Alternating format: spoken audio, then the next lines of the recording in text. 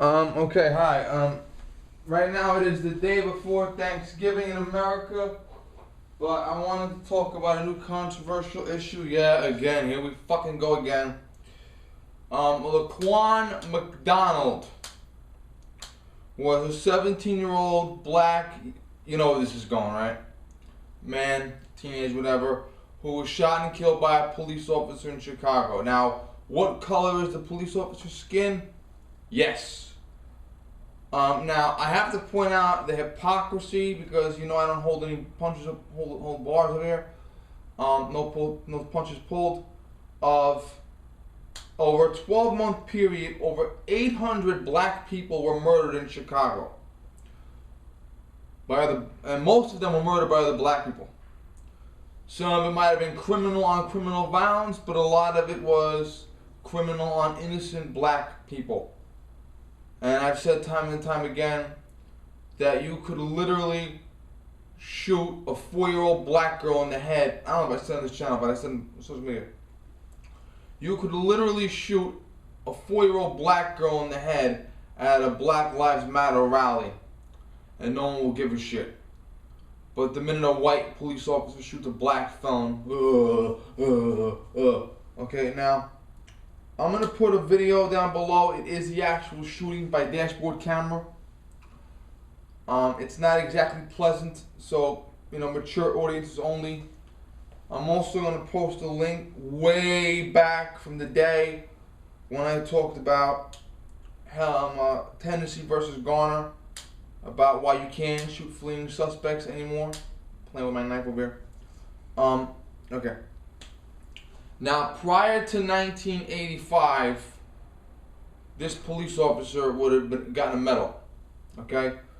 You shoot the suspect in the back, knock him down, go over to him, empty the magazine into him, reload, empty that magazine, then piss on his head. Totally legal. During the 30s, the FBI shot guys in the back like it was a bodily function. Bonnie and Clyde is the most famous situation. You had a wooded area along here, and you had agents, officers stationed here, along this line of 6 men.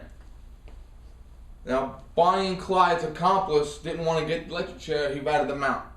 And the accomplice's father had his truck on the side of the road. The officers grabbed the father, tied him up, threw him in the woods. They were afraid that his son was going to be in the car, and they were afraid he was going to warn his son. Bonnie and Clyde saw the friend's father's truck. They came to a slowdown. One of the men up front was an acquaintance of Clyde. He knew Clyde from back home. And he had a lever-action Winchester. He said, "Yep, that's him." And he did shoot Clyde in the head. He didn't shoot Clyde in the head. So he takes his Winchester, shoots Clyde in the head. Clyde slumps over the steering wheel. Car kicks into motion. The other 5 guys think that Clyde is getting away again, and Clyde is already dead. Single gunshot to the head. Bonnie's trapped in the car, and they just fucking light it up. And there was even a rumor that has never been proven that Bonnie was 3 months pregnant. So you have cops shooting guys in the back of the head, FBI agents flat out executing motherfuckers. Totally okay. But since the Tennessee versus Garner incident, we are in a different world of self-defense, okay? When you shoot a guy in the back, as he's retreating, you must illustrate beyond all reasonable doubt that he was the most dangerous person in the world, and you had no choice but to shoot him in the back to kill him to save other people, like a terrorist or a mass murderer. I mean, it has to be absolute, no question. Now this is a 3-inch blade. You have a 17-year-old young man who has a knife with a 3-inch blade and a half-inch blade will kill you. I can take the tip of this blade and I can kill you with this tip. I don't need the whole fucking blade. And he was doing some criminal menacing, slashing tires, some property crime. He was on fucking drugs and shit. And they were called, obviously. They get to the scene. They see him walking around with a blade. He's about 10, 12 feet away. He's walking away from them, and they shoot. One cop shoots him and kills him. And you know how a Glock 19 works, 15 plus 1, and in the fucking haste, you empty the gun in 2 seconds. Now, a lot of people are saying that this is murder. Even the conservatives are saying it, even cops are saying this is murder, this is not justifiable. And a lot of people say, well, he was 10 feet away, that's so far. Okay. 10 feet is... Okay. Where I am now, this is a little further away than 10 feet. See how fast that was? And I'm wearing leather slippers. I'm wearing leather, they look like loafers. I'm wearing leather loafer slippers. I'm not wearing track shoes. Okay? See how fast that is? Now imagine if I have a knife in my hand, and imagine if I'm a threat to you. And people can run fast when their adrenaline's pumped. Okay, I cannot run a car. I can't outrun a car. And there's a young lady who is not in a wheelchair who will prove that for me.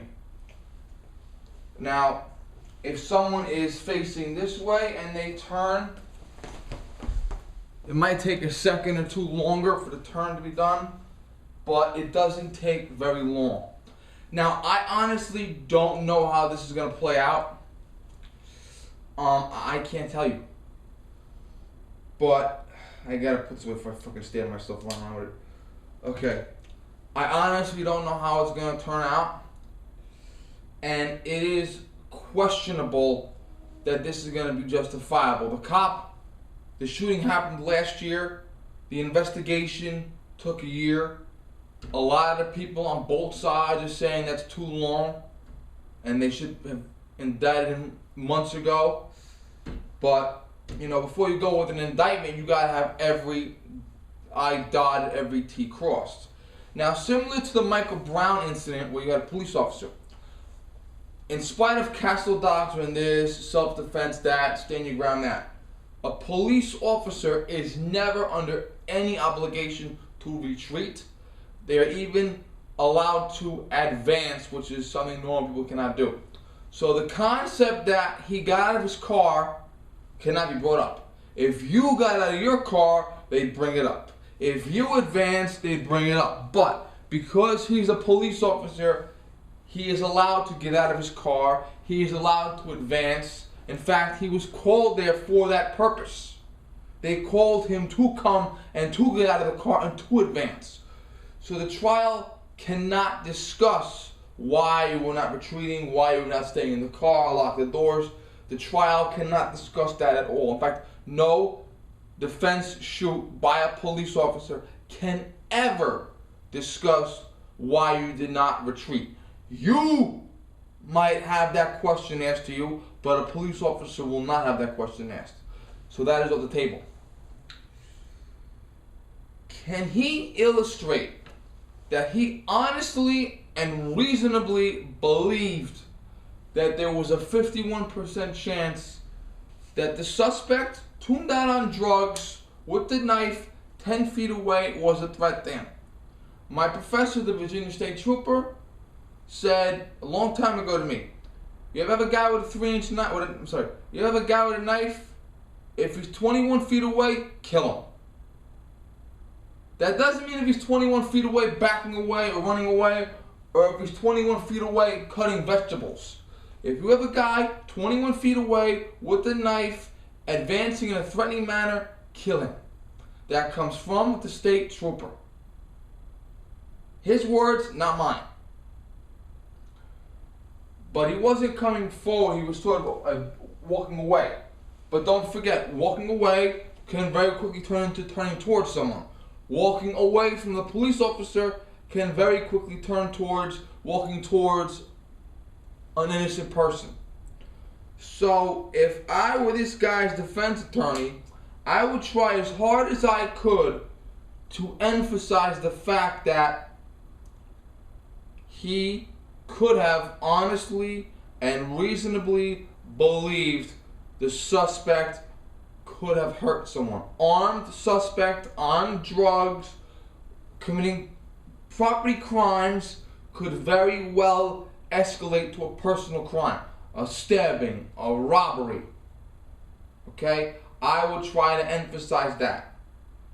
But then again, if I were the prosecutor, I would try to emphasize the opposite. I would try to emphasize, listen, he's walking away. He might not have been a threat. You shouldn't have shot that soon. Keep the gun out, keep the gun drawn, but probably don't shoot that early. If he turns towards you, different story. If he advances, different story. But it is, it's a very, very, very sensitive issue. And once again, the hypocrisy that this is a white police officer and a black criminal, which is why it's a big fucking deal. Okay? I will show you a black police officer shooting a white teenage girl in the back of the head as she's tying her shoelace, and no one will give a shit. That's the truth. No one will give a shit. It won't be on the news. They won't be protesting. No one will give a shit. So that is the hypocrisy. And also the black kids killed by black gang members. You have honor now. But we also have to emphasize that this is not a hero. This was a guy on drugs with a knife, blade exposed, committing crimes, running around the fucking street. I would not be indicting first-degree murder here. I would be trying to argue manslaughter. Because this is a mitigating factor, okay? He didn't shoot a fucking old lady. He didn't shoot an honor roll student that was helping an old lady cross the street, okay? He didn't shoot a guy in a fucking Santa Claus outfit handing out toys to little children, okay? He shot a guy with a fucking weapon. So I would say, okay, it's not murder, it's manslaughter. I would try to bust down the charge like that if I were the prosecutor. You know, bust it down to involuntary manslaughter or some shit. Because the victim was the one that introduced violence, walking on a knife, stabbing a car, slashing tires. The victim put himself in that situation.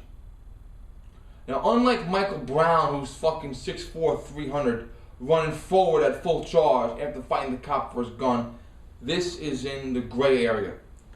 And I don't want to call the cop murder. I don't think I would have shot, though. I think I would have held my fire until something else escalated. And you've seen the police training videos where they have the interactive video game where they put the gun on and they say, "Sir, put the gun down," and say, "Wait a minute," and the video game complies. You might have been able to coax the kid out of the knife, but then again, he's fucking tuned out, so we don't know. But at least if they surrounded him, put their guns on him, and, well, not surround, total circle, maybe an L formation where these guys block his front, these guys block his side, no one's in the crossfire.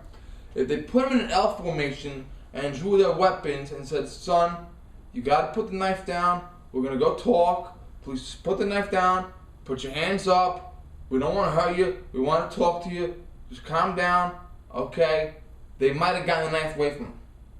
Or at that point, if they're in L formation around him, police, freeze, you gotta put the gun, you gotta put the knife down, you gotta take a deep breath, you gotta calm down, you have to come along quietly. Okay, at least at that point, if it does come to a shoot and kill situation, at least they could later go back and say, "Look, we tried to get the knife away from him peacefully, we gave him 1,000 chances, he put us in that situation." You know, you could say that at least. And a lot of self-defense experts, and I'm myself and one of them, will tell you, if it is entirely possible, sometimes it's not, if it is possible, before you pull the trigger, try as hard as you can to talk the suspect down. Because A, you might succeed, and B, if you don't succeed, at least you could say later to the authorities and to your conscience, "I tried to end it peacefully, but he wouldn't comply and I had no choice." At least give yourself that safety net, at least give yourself that opportunity. Give the suspect the opportunity to surrender and give yourself the safety net. And that's all I can say. Okay, I got a new comic book in the mail today. I'm getting ready for Thanksgiving tomorrow. Oh. Okay, happy Thanksgiving to all my friends in America. Other people, I don't know what the fuck you celebrate, but whatever you celebrate, have a good time.